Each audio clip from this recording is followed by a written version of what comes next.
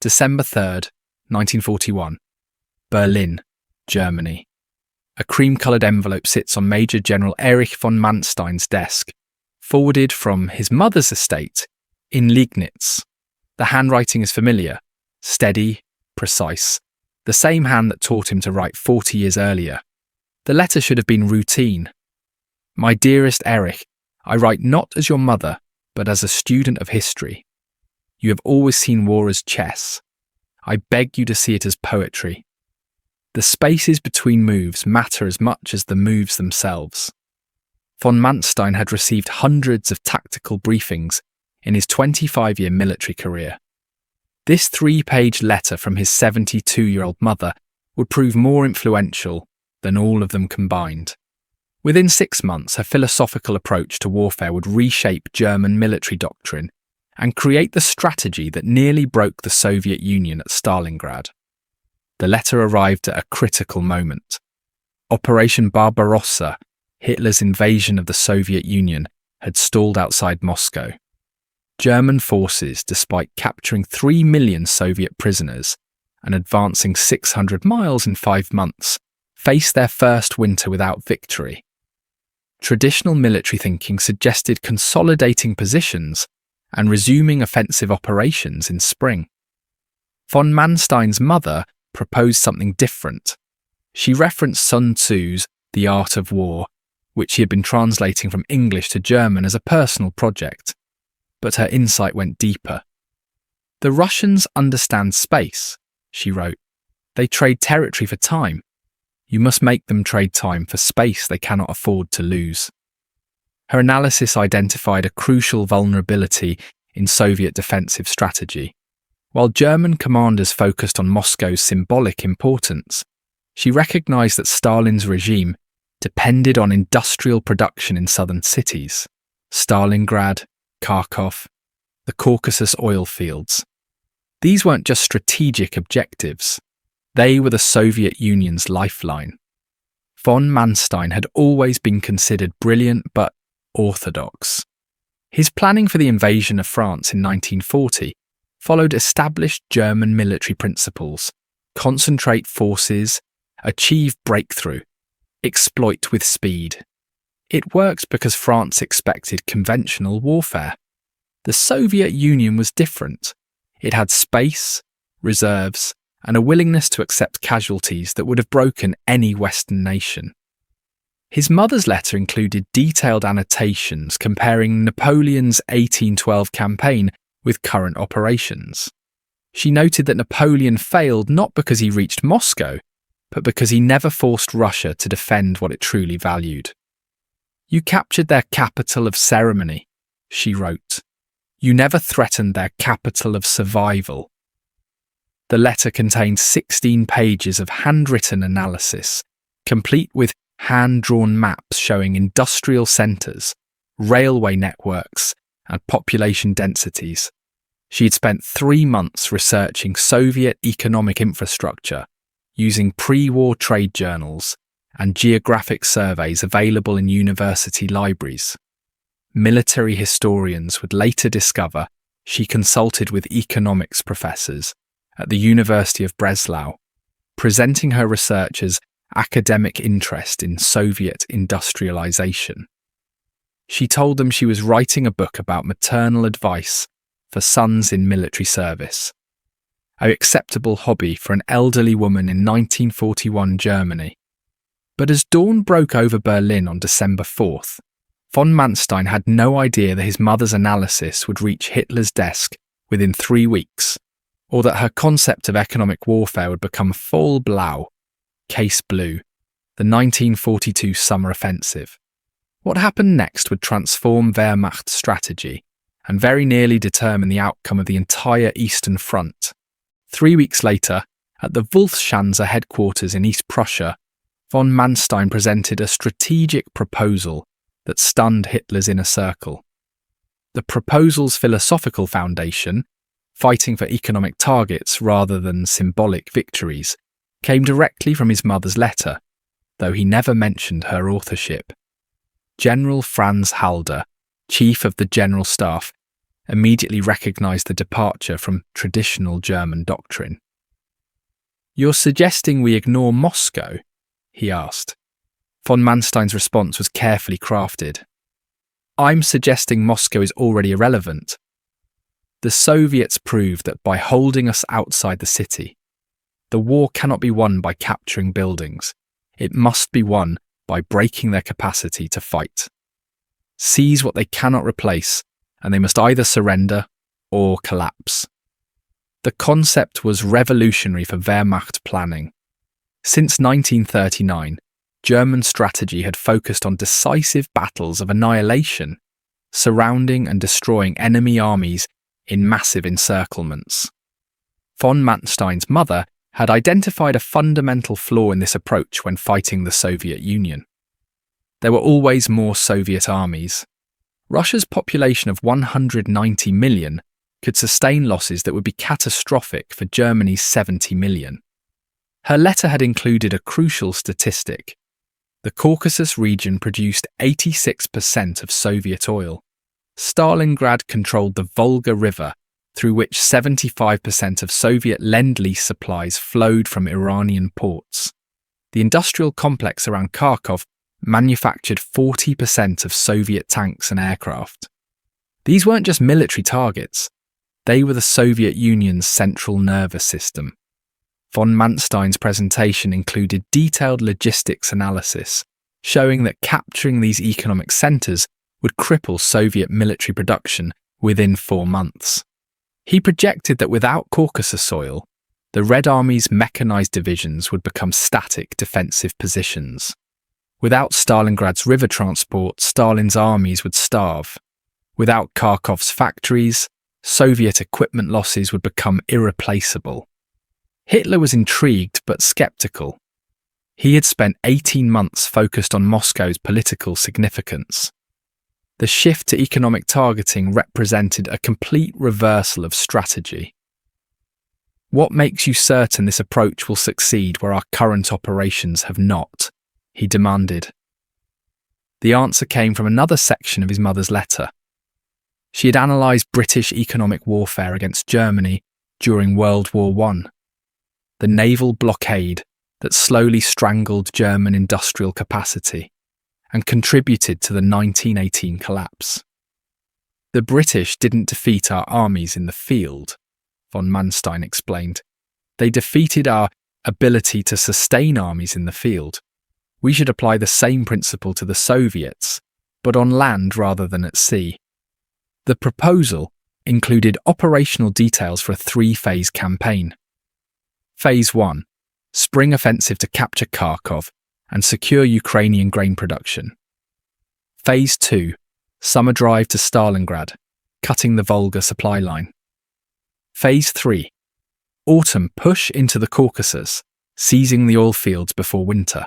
Total projected timeline, 6 months. Total projected cost, 250,000 German casualties, half the losses from the previous year's failed Moscow offensive. Field Marshal Wilhelm Keitel raised the crucial question: what if the Soviets choose to defend these economic targets with everything they have? You may be handing them the decisive battle they want. Von Manstein smiled. This was the trap his mother had identified. Then they defend fixed positions with their backs to economic assets they cannot abandon. We fight the battle of annihilation we want, but on ground we choose. Either they trade space for time and lose their economy, or they stand and fight and lose their armies. Within 48 hours, the consequences of this presentation would reach Stalin's desk in Moscow, where Soviet intelligence officers had already intercepted von Manstein's initial strategic reports. Meanwhile, in Liegnitz, an elderly woman continued her translation work, unaware that her philosophical musings had just reshaped the direction of the war. In Liegnitz, 350 kilometers southeast of Berlin, Hedwig von Manstein worked at the oak desk her son had given her for her 70th birthday. The desk was covered with texts, Sun Tzu in English, Clausewitz in German, and handwritten notes comparing Eastern and Western military philosophy. Most neighbours knew her as a devoted mother who wrote frequent letters to her son at the front. What they didn't know was that she had been conducting sophisticated strategic analysis for nearly 2 years. Her background made this work possible in ways that would have been impossible for most German women of her generation. Born Hedwig von Sperling in 1869, she had received an unusually comprehensive education. Her father, a Prussian diplomat, believed daughters should be as educated as sons. She studied history, languages, and mathematics at home with private tutors, then audited university lectures in Berlin, one of the few acceptable activities for upper-class women in the 1880s. She married Lieutenant Georg von Lewinsky in 1886. He died in a training accident in 1900, leaving her to raise their 10-year-old son alone. Financial necessity forced her to work as a translator for academic publishers, converting English and French military texts into German. This work, considered appropriate for educated widows, gave her access to strategic thinking from multiple military traditions. The same translation work that supported her family now provided the foundation for her analysis of Soviet vulnerability. She had translated 17 books on military strategy between 1900 and 1940, including works by Basil Liddell Hart, J.F.C. Fuller, and Alfred Thayer Mahan. She understood how different military cultures approached warfare, and she recognized that her son's army was fighting Russians using German methods. Her December letter to Erich contained insights from this cross-cultural analysis. "The Prussian way of war seeks the decisive battle," she wrote. "The Russian way of war seeks to outlast the enemy. You cannot defeat patience with decisiveness. You must force them to be impatient." The translation project that produced this insight began in August 1941, 2 months after Barbarossa launched. She'd been reading Soviet economic reports from the 1930s, 5-year plan documents available in German university libraries.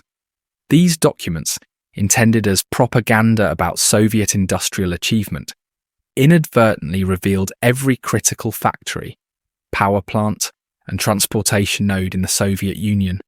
She cross-referenced this information with pre-war Soviet census data, railway timetables, and geographic surveys.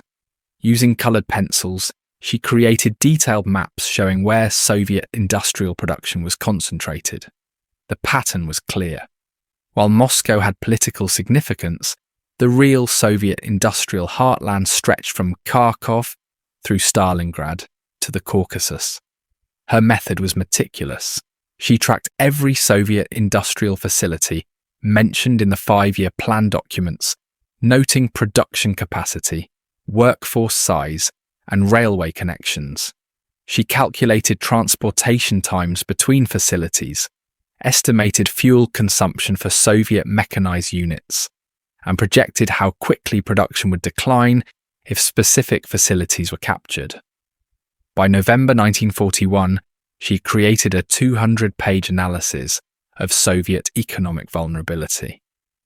The analysis identified 34 critical industrial sites, 12 major transportation hubs, and 7 resource extraction regions that, if captured, would reduce Soviet military production by more than 70% within 6 months. She sent this analysis to her son in installments, disguised as maternal letters about family history and philosophical musings.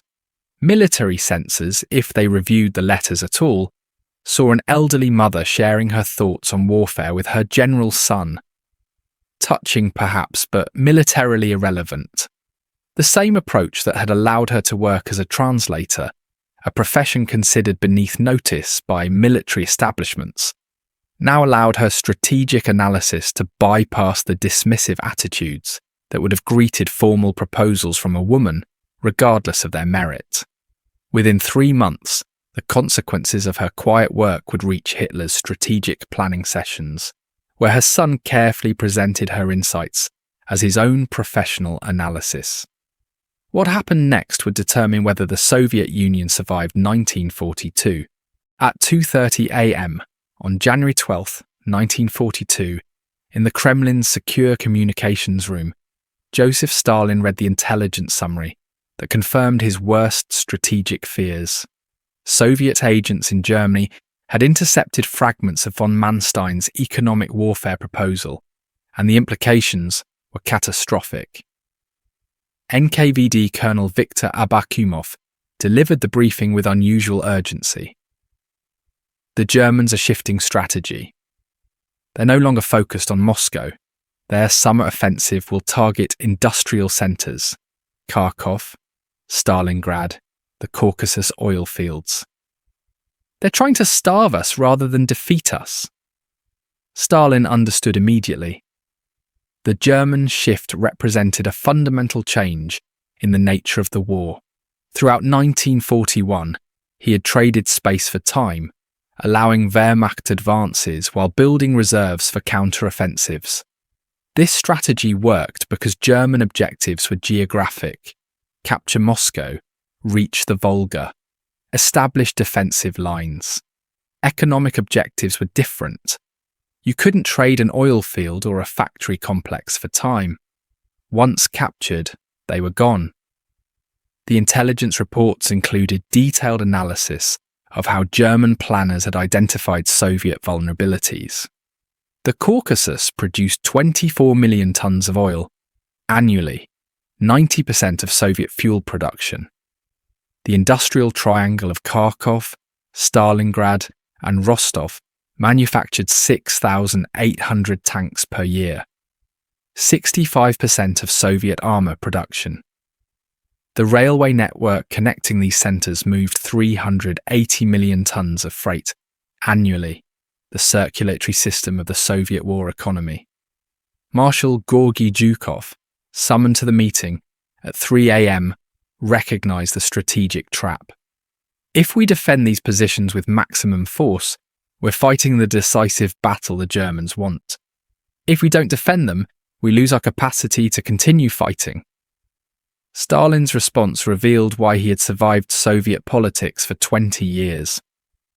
Then we make them think we're defending one thing while actually defending another. We turn their strategy against them. The plan that emerged from this 3 a.m. meeting would become one of the war's most sophisticated deceptions.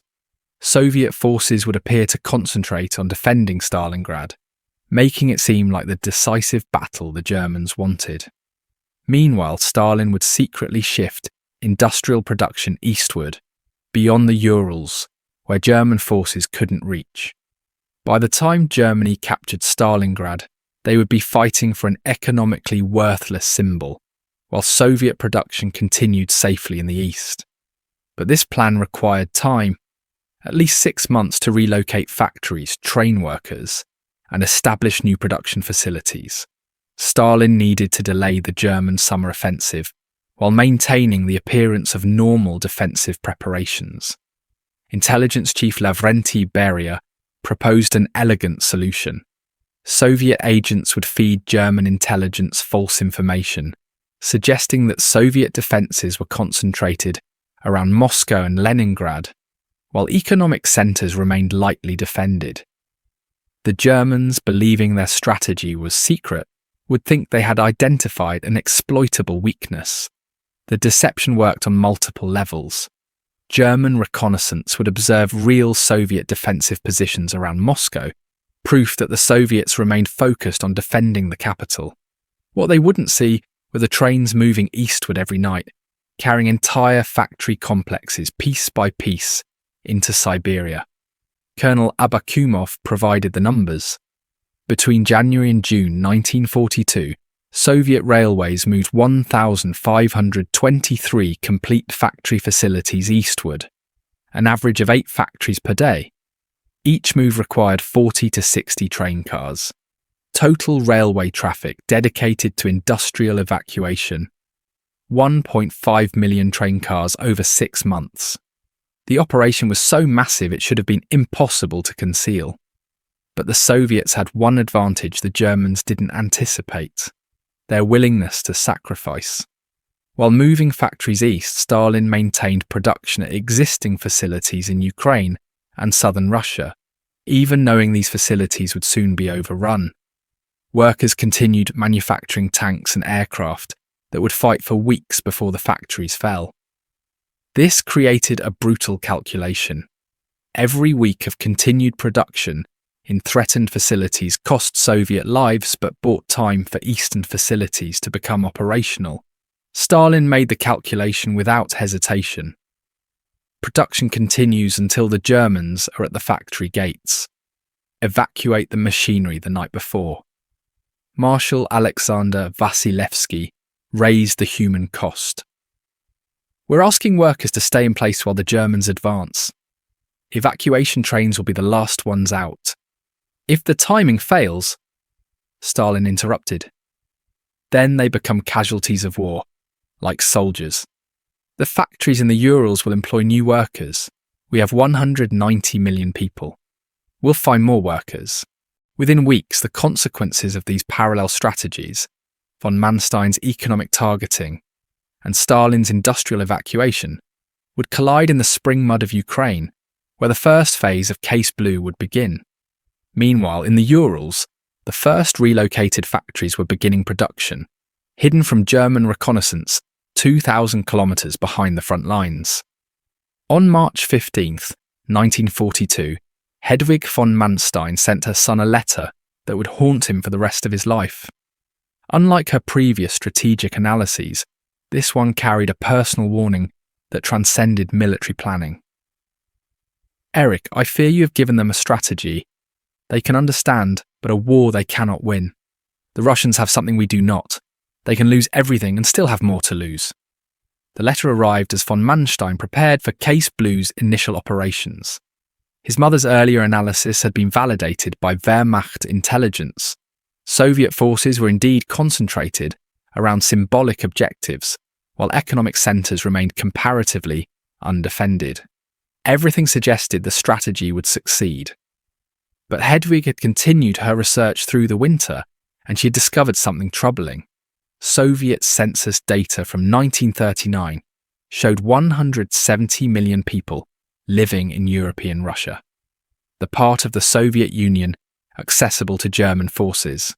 But the total Soviet population was 197 million. That meant 27 million Soviet citizens lived beyond the Ural Mountains in Siberia and Central Asia, completely out of German reach. She had also found references in Soviet economic journals to industrial construction east of the Urals during the 1930s. The Soviets called it developing the Eastern Territories. She recognized it as strategic depth, building redundant industrial capacity beyond any potential invader's reach. Her letter laid out the implications with devastating clarity. You can capture every factory west of the Urals, and they can simply build new factories in the east. You can cut the Volga, and they can use the Trans-Siberian Railway.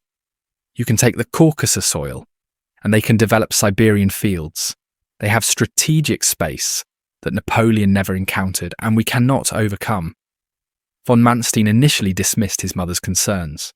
Wehrmacht intelligence estimated Soviet industrial capacity at 12,000 tanks per year and 15,000 aircraft per year. Impressive, but manageable. If Case Blue captured the industrial triangle as planned, Soviet production would drop to approximately 4,000 tanks and 5,000 aircraft annually, insufficient to sustain offensive operations. What intelligence didn't know, and what his mother had intuited from fragmentary pre-war documents, was that Stalin had been preparing for precisely this scenario since 1939. The Soviet leader had witnessed how quickly France fell when its industrial centres were overrun. He had determined that the Soviet Union's survival required industrial capacity distributed across such vast space that no invader could reach it all. Hedwig's research had uncovered references to the Stalingrad facility in Chelyabinsk, 2,100 kilometres east of Moscow, completely beyond German operational reach. Pre-war Soviet publications mentioned it as a tractor factory. But she recognised from the facility's described workforce size, 45,000 workers, and power consumption, 220 megawatts, that it was far too large for agricultural equipment. She sent her son detailed calculations. A facility that size, converted to military production, could manufacture approximately 2,000 tanks per year, 1/6 of total Soviet tank production from a single factory beyond German reach. If the Soviets had built other facilities on similar scale in Siberia, they could replace every captured factory with Eastern production. Her March letter included a painful admission. I gave you the strategy to identify their vulnerabilities, but I fear I have also identified ours. We assumed they would defend what they have. I now believe they prepared to lose what they have and fight with what we cannot reach. Von Manstein faced an impossible choice. Case Blue's planning was already complete. Hundreds of thousands of troops were positioned for the spring offensive. Hitler had approved the strategy based on von Manstein's initial analysis derived from his mother's December letter. Reversing course now would require admitting that the entire strategic foundation was flawed. He did what many military officers have done when confronted with strategic doubts on the eve of major operations. He proceeded with the plan while hoping his mother's concerns were overstated. In his response dated March 22nd, he wrote, "Mother, your strategic insights have shaped this campaign, but we must execute the plan we have with the information available. Intelligence shows no evidence of significant Soviet industrial capacity beyond the Urals. We believe the facilities you've identified are exaggerated in Soviet propaganda." He was wrong. At that moment, 1,523 Soviet factories were already operating east of the Urals, producing approximately 8,000 tanks and 12,000 aircraft per year, more than total Soviet production in 1941. But this would remain hidden from German intelligence until months later, when the truth became impossible to deny. Within 6 weeks, the consequences of proceeding despite his mother's warning would become apparent in the spring offensive toward Kharkov, where Soviet resistance proved far stronger than German intelligence had predicted. Meanwhile, in Liegnitz, Hedwig von Manstein had begun work on another analysis, this one examining how empires fall not from military defeat, but from strategic exhaustion. At 4:15 a.m. on May 12, 1942, German artillery opened fire along a 200-kilometre front south of Kharkov. Case Blue, the economic warfare strategy, born from a mother's letter, had begun. Within hours, von Manstein would discover that his mother's March warning had been prophetic. The initial assault followed classic German tactical doctrine: concentrated armour breakthrough, rapid exploitation, encirclement of Soviet forces. By midday, 4th Panzer Army had penetrated 15 kilometres into Soviet positions. Wehrmacht commanders reported that resistance was lighter than expected, exactly as intelligence had predicted. They're falling back. The industrial centres are undefended, just as the Führer said they would be. But Marshal Semyon Timoshenko, commanding Soviet forces in Ukraine, wasn't retreating. He was executing Stalin's deception plan. Soviet forces withdrew from prepared positions, drawing German units deeper into a tactical trap. By May 14th, 3 German divisions were surrounded near Izium, 90 kilometres behind what had been the front line 2 days earlier. Von Manstein recognised the pattern immediately. The Soviets were trading space, but not for time. They were trading it for German overextension. His forces were advancing so rapidly they had outrun their supply lines, while Soviet forces maintained contact with theirs by withdrawing along pre-positioned supply routes. The first disturbing intelligence reports arrived on May 16th. Soviet tank production, which should have been declining as German forces approached Kharkov's industrial facilities, had actually increased. Factories that German reconnaissance had observed operating in March were empty by May, not captured, but evacuated. The machinery was gone, moved eastward during the winter, while German forces focused on Moscow. Luftwaffe reconnaissance provided photographic evidence. Railway sidings near Kharkov showed hundreds of flat cars, but the factories they served were hollow shells. German intelligence estimated that the Soviets had moved 400 trainloads of industrial equipment eastward before Case Blue began, far more than Wehrmacht planners had thought possible. General Friedrich Paulus, commanding 6th Army, reported growing Soviet resistance as his forces approached Kharkov itself. "They're not defending the factories," he observed. "They're defending the railway junctions. They're buying time to evacuate more equipment." By May 22nd, German forces had captured Kharkov, a major industrial city that produced 40% of Soviet tanks in 1941. But intelligence assessments showed that actual production capacity captured was less than 15% of expected levels. The factory's shells remained, but the critical machinery, the lathes, presses, and assembly equipment that actually manufactured tanks, had been removed. Von Manstein's mother had predicted this exact scenario in her March letter, but Wehrmacht intelligence had dismissed the possibility as logistically impossible. The idea that the Soviets could move entire factory complexes hundreds of kilometres eastward while simultaneously fighting a defensive war seemed absurd. What German planners hadn't understood was Soviet industrial organisation. Western factories were designed for efficiency, permanent facilities with fixed machinery and specialised workers. Soviet factories built during the 1930s with war preparation in mind were designed for mobility. Machinery mounted on frames that could be unbolted and loaded onto rail cars within hours.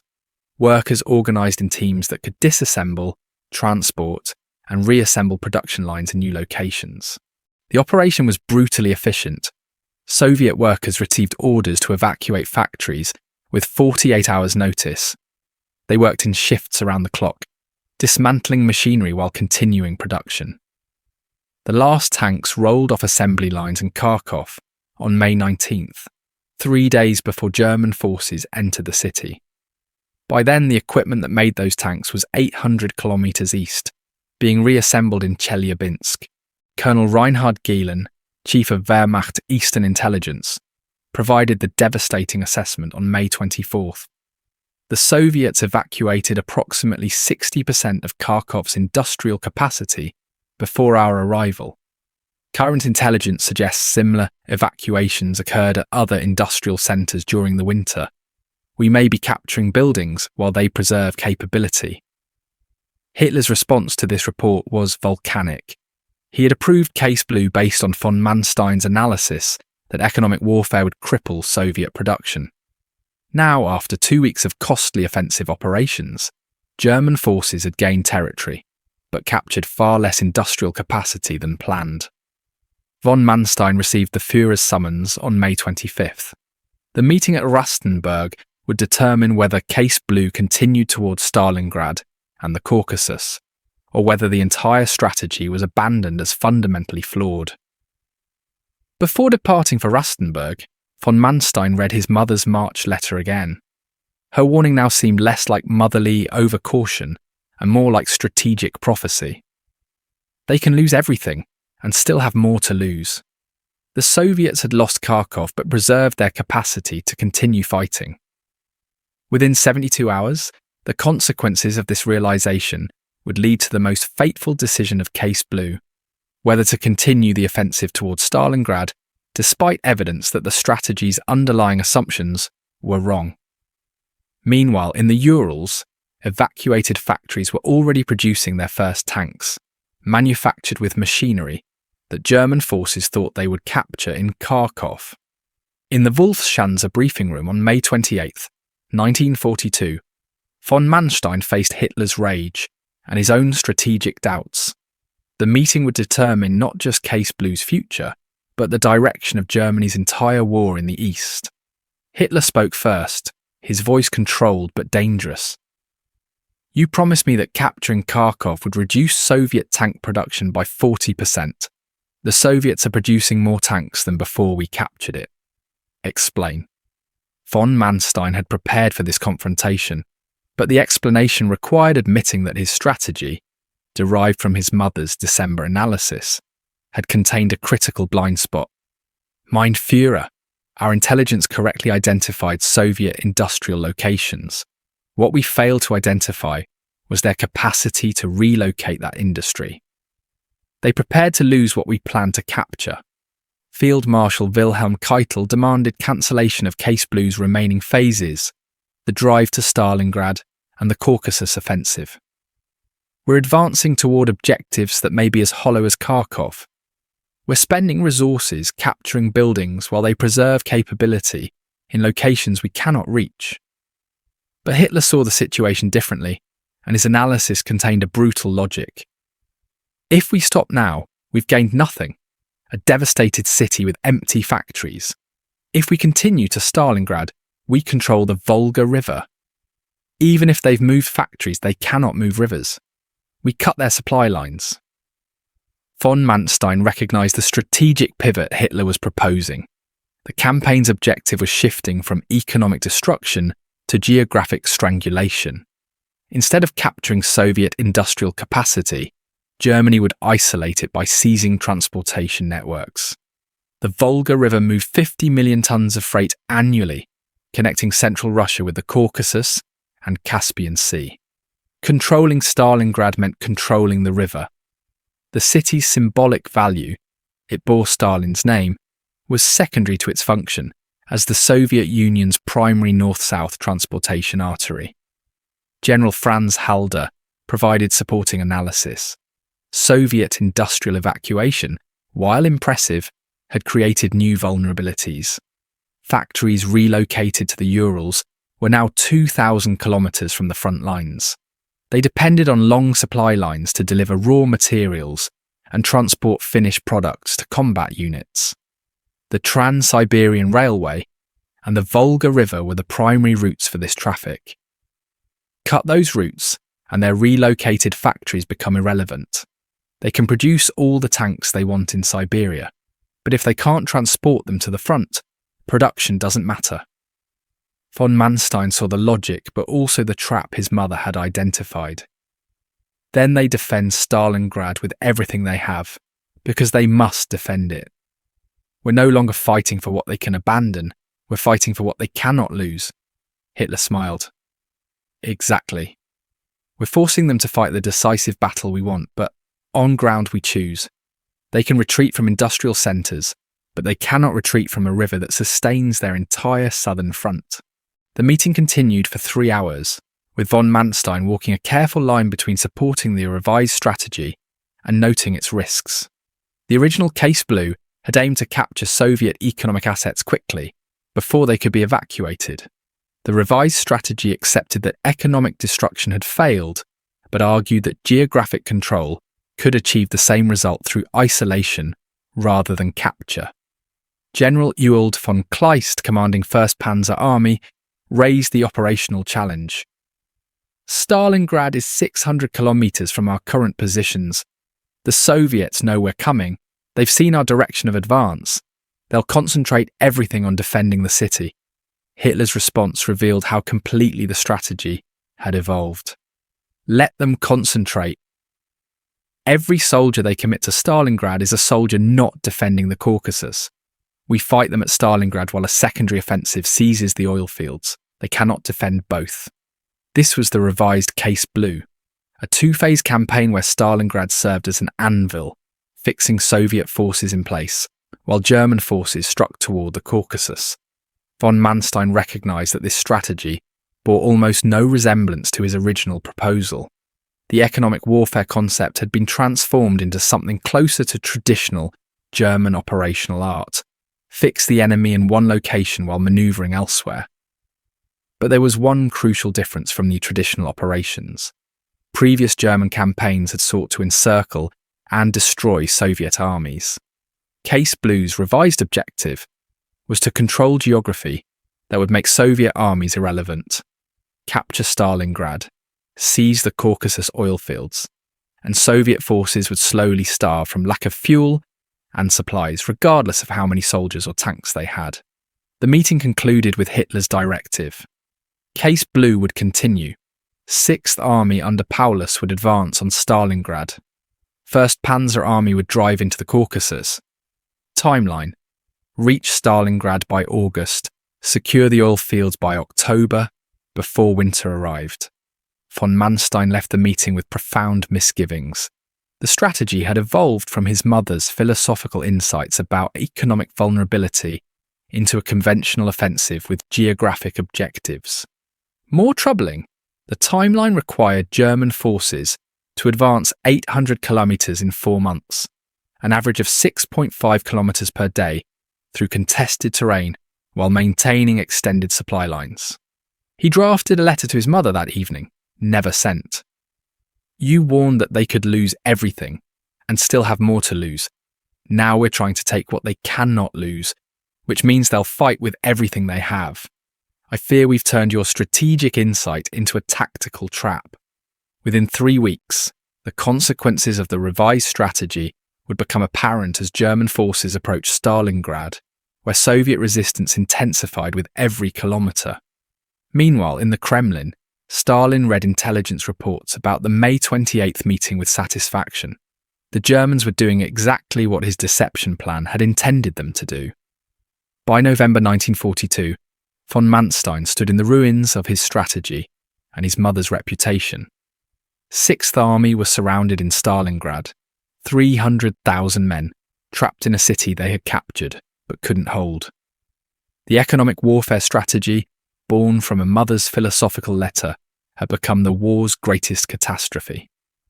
German forces held 90% of Stalingrad, but Soviet reinforcements continued crossing the Volga River every night, 2,000 to 3,000 soldiers nightly, arriving from factories in the Urals that German intelligence had thought would be crippled by industrial disruption. Those factories, relocated during the winter of 1941 to 42, were now producing 2,400 tanks per month, triple the production rate from before their evacuation. "We captured their buildings and lost to their mobility." Von Manstein received word on November 22nd that Soviet Operation Uranus had closed the encirclement. The same strategic principles his mother had identified, trading space for time, preserving capability over territory, using geographic depth as a weapon, were now being employed against German forces with devastating effect. Hedwig von Manstein received the news of Stalingrad's encirclement in Liegnitz, where she continued her translation work. Neighbours mentioned that her son, now commanding Army Group Don, was being tasked with relieving the trapped forces. She knew the mathematics made success impossible. Soviet forces had concentrated 1.1 million soldiers around Stalingrad, a defensive force larger than the entire German army group. The Volga River, which Germany had sought to control, was now sustaining Soviet forces through ice bridge crossings. The industrial capacity Germany had tried to capture was producing tanks 2,000 kilometres away and shipping them to the front faster than German factories could manufacture replacements. She wrote her final strategic letter on December 8, 1942, as von Manstein prepared Operation Winter Storm, the relief attempt. This letter contained no analysis, no philosophical insights, just maternal grief. "Erich, I gave you a strategy that made you brilliant in Hitler's eyes. Now that strategy will destroy an army, and I fear it will destroy you as well. I am sorry." The letter never reached him. Soviet forces had cut communications around Stalingrad by the time it was sent. Von Manstein would read it in January 1943, after Winter Storm failed, after 6th Army surrendered, after 300,000 German soldiers were lost. Operation Winter Storm advanced 40 kilometres in 4 days before stalling against Soviet defensive positions. The relief force, cobbled together from depleted divisions, couldn't generate sufficient combat power to break through. On December 23rd, von Manstein ordered the operation suspended. 6th Army's fate was sealed. Military historians would later debate whether Case Blue was strategically flawed from inception or simply poorly executed. The answer was both. The strategy was brilliant in identifying Soviet economic vulnerabilities, but blind to Soviet preparations to mitigate those vulnerabilities. The execution was competent tactically, but catastrophic operationally, pushing forces too far too fast into positions they couldn't sustain. Hedwig von Manstein's analysis had been correct about Soviet vulnerabilities, about the importance of economic warfare, about the need to target what enemies value most. But she had also been correct in her warning. They can lose everything and still have more to lose. The Soviet Union's strategic depth, its willingness to sacrifice, and its capacity to relocate and rebuild had exceeded German comprehension. Von Manstein survived the war, captured by British forces in 1945. He was tried for war crimes, convicted, and sentenced to 18 years imprisonment, though released in 1953. He wrote his memoirs Lost Victories, crediting his strategic insights to careful analysis of Soviet capabilities. He never mentioned his mother's letters. Hedwig died in 1944, at age 75, living long enough to see the strategy she inspired fail catastrophically. Her translation work continued until months before her death, converting English military texts to German, work considered too insignificant for wartime security review. In 2009, historians discovered her December 1941 letter among von Manstein's archived papers. The 16-page analysis, with its hand-drawn maps and detailed calculations, revealed the true source of Case Blue's strategic foundation. Further research uncovered 23 additional letters between December 1941 and November 1942, documenting the evolution of German strategy from economic warfare to geographic control to catastrophic defeat. The revelation complicated von Manstein's historical reputation. He had been considered one of Germany's finest strategic minds, architect of the Manstein Plan that defeated France in 1940, and the economic warfare strategy that defined Case Blue. Now historians had to reassess, how much was his genius and how much was his mother's? More importantly, the letters revealed how easily brilliant analysis can be disconnected from crucial context. Hedwig identified Soviet vulnerabilities with remarkable precision. But she conducted her analysis from Liegnitz, using pre-war documents and university libraries, without access to current intelligence about Soviet industrial evacuation. She found the vulnerabilities but couldn't know they were already being mitigated. Von Manstein, receiving his mother's insights, presented them as professional military analysis without acknowledging their source or limitations. He transformed philosophical observations about economic warfare into operational plans without testing the assumptions. He proceeded with Case Blue despite his mother's March warning, because reversing course would have required admitting the strategy's foundation was uncertain. The tragedy of Stalingrad wasn't that German strategy was wrong, it was that it was right about problems that no longer existed. Soviet industrial centres were vulnerable, but the Soviets had moved them. The Volga River was critical, but the Soviets found alternative supply routes. The economic targets were real, but the window to exploit them had closed during the winter of 1941 to 42, while German forces focused on Moscow. A mother's love letter, written to share strategic insights with her son, had indeed made him the greatest strategist of the war. For a brief moment, but strategies succeed only when assumptions match reality. By the time Case Blue launched, reality had changed. The Soviets had adapted. The strategy that might have worked in December 1941 became the catastrophe of November 1942. In Liegnitz, Hedwig's oak desk still contained her translation work, Sun Tzu, Clausewitz, and her own annotations comparing their philosophies. Among her notes was a final observation, written in November 1942 as Stalingrad's encirclement closed. The greatest strategic insight is knowing when your strategy has been surpassed by your enemy's adaptation. I fear I taught my son to see vulnerabilities, but not how to recognise when those vulnerabilities have been repaired. Stalingrad fell to Soviet forces on February 2, 1943. The strategy, born from maternal wisdom, had cost 300,000 German lives, destroyed an army, and marked the beginning of Germany's strategic defeat in the East. A mother's love letter had changed the course of the war, just not in the way she intended.